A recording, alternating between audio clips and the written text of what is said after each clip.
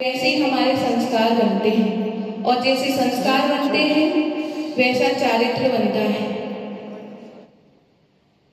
कहा है भव भावना भवनाशिनी, भावना भाओगे वैसा ही फल मिलेगा। एक भावना के बल से संसार में वृद्धि होती है और एक भावना के बल से संसार से मुक्ति मिला करती है। ये हमारे ऊपर डिपेंड है कि हम कैसी भावना भाएं, शुभ भावना या अशुभ भावना। 12 भावनाओं में आती है एक भावना जिसका नाम है अनित्य भावना। जो आया है वो जाएगा, जो उगा है वो डूबेगा। वो एक आता है ना, एक रोज तो चलना है, एक रोज तो ढलना है, जिंदगी और कुछ भी नहीं, यूं ही आना और जाना है। जैसे हम भावना भाते हैं, कहते हैं एक शिष्य गुरु के पास गया और बोला, गुरुदेव मैं वर्षों से साधना कर रहा हूँ, मुझे परमात्मा की सिद्धि नहीं हो रही, तो मुझे उस ध्यान का उपाय बताओ जिससे मैं परमात्मा के दर्शन कर सकूं। गुरुदेव ने कहा, तुमने भैंसे को देखा है? शिष्य बोला, हाँ। गुरुदेव ने कहा कि बस तुम उस भैंसे का ध्यान करो, 3 दिन उस भैंसे का ध्यान करो। और वो शिष्य जाता है, गुफा में जाकर के भैंसे का ध्यान करने लगता है। 3 दिन होने के बाद गुरुदेव आते हैं, उस शिष्य को बुलाते हैं, तो शिष्य ध्यान में से खुल करके बोलते हैं, गुरुदेव मैं इस गुफा से बाहर नहीं निकल पा रहा हूँ क्योंकि मेरे सींग बहुत बड़े हैं और इस गुफा से मैं नहीं निकल पा रहा हूँ, मैं उसमें अटक रहा हूँ। क्यों? क्योंकि वो भैंसे का ध्यान करने लगा, वैसे जैसा बन गया। जब वो शिष्य भैंसे का ध्यान करके भैंसा जैसा बन सकता है, तो हम परमात्मा का ध्यान करके परमात्मा नहीं बन सकते? सब भावनाओं का खेल हुआ करता है, जैसा हम भाएंगे वैसा हमें फल मिलेगा। कहते हैं ये संसार की स्थिति एक पत्ते की तरह है। पेड़ पे पत्ता लगा है जब तक अच्छा है, लेकिन पत्ता पेड़ पे से गिरा तो सब खत्म हो जाता है। पत्ता डाल से पत्ता पूछता है वृक्ष से कि मैं यहाँ से जा रहा हूँ, मैं आपके साथ इतने दिन तक रहा, उसका धन्यवाद है। और बड़ी बड़ी भारी आंखों से वो देख करके वो पत्ता पेड़ पे से नीचे गिर जाता है।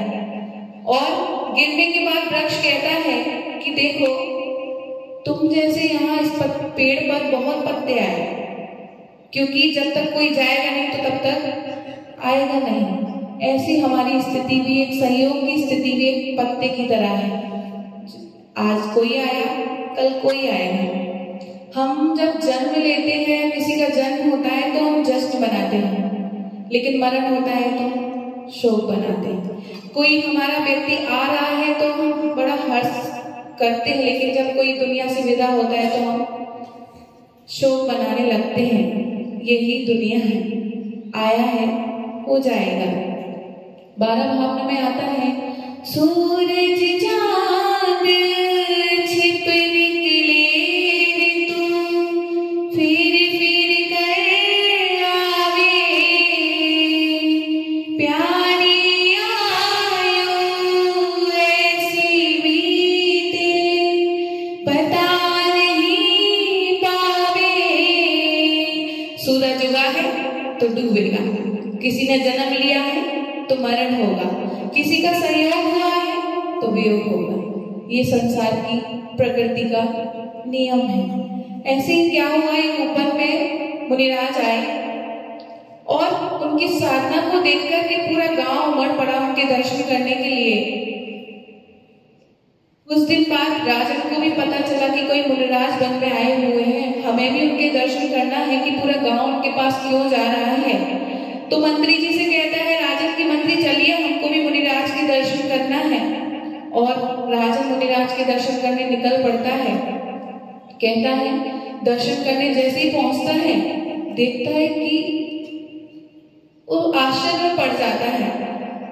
अब वो आश्रम में पड़ा है तो मुनिराज कहते हैं राजन, मुझे पता है कि तुमको क्यों आश्चर्य हो रहा है, लेकिन उस आश्चर्य होने से पहले मैं तुमसे कुछ कहना चाहता हूँ कि तुम्हारी जो जीवन की आयु है वो 7 दिन शेष है। तुम्हारे पास जीने के लिए सिर्फ 7 दिन है, तो राजन तुमको जो कुछ करना है इन 7 दिन में कर लो। जो तुमको अपना राजमहल है, जायदाद है, वो जिसको देना है, जो करना है कर लो। राजन ने जैसे ही सुना तो उसकी शकल उतर गई। वो बहुत दुखित हुआ और दुखी होकर के अपने राज्य में वापस जाता है और वहां जाकर के क्या करता है, दुखी नहीं होता। वो सोचता है कि मैंने इतने दिन अपना जीवन ऐसे व्यतीत कर दिया, लेकिन मेरे पास अभी 7 दिन है, तो क्यों ना मैं गुरु की देव शास्त्रों की भक्ति करके इन 6 दिनों को मैं धर्म में अपना जीवन निकाल दूं। तो राजन ने 6 दिन तक भगवान की भक्ति की, प्रभु आराधना की। 7वें दिन मुनिराज के पास पहुंचा, बोला मुनिराज मैं आपके पास आया हूँ।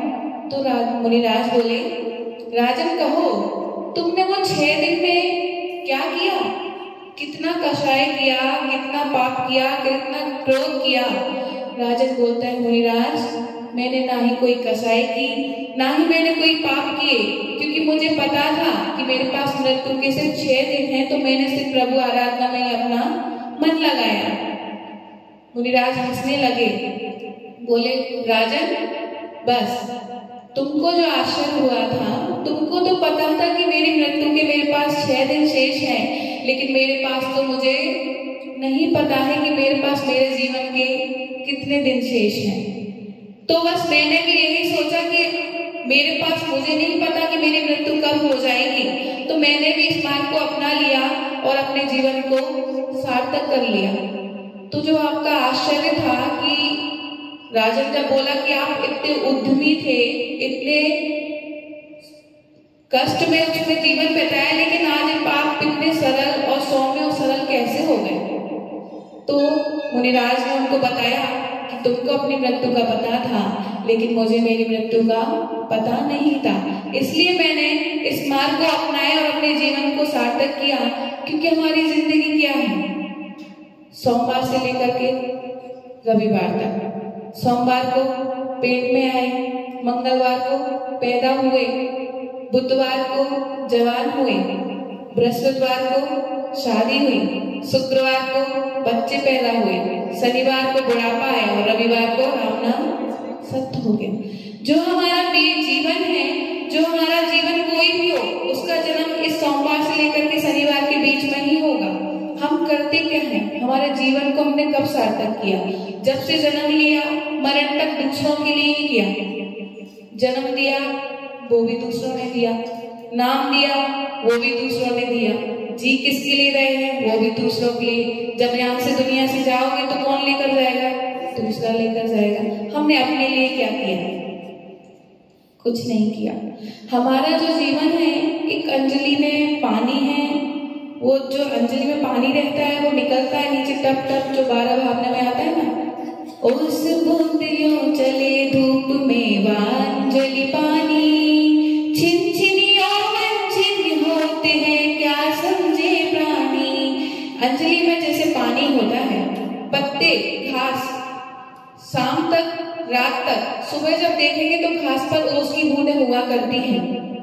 तो वो ओस की बूंदें घास पर जब तक रहती हैं जब तक धूप नहीं आती। जैसी धूप आई ओस की बूंदें खत्म हो जाती हैं। ऐसे हमारा जीवन जो चमकता हुआ दिखाई दे रहा है, वो हमारा जीवन अंजलि की पानी की तरह क्षण क्षण में खत्म हो रहा है।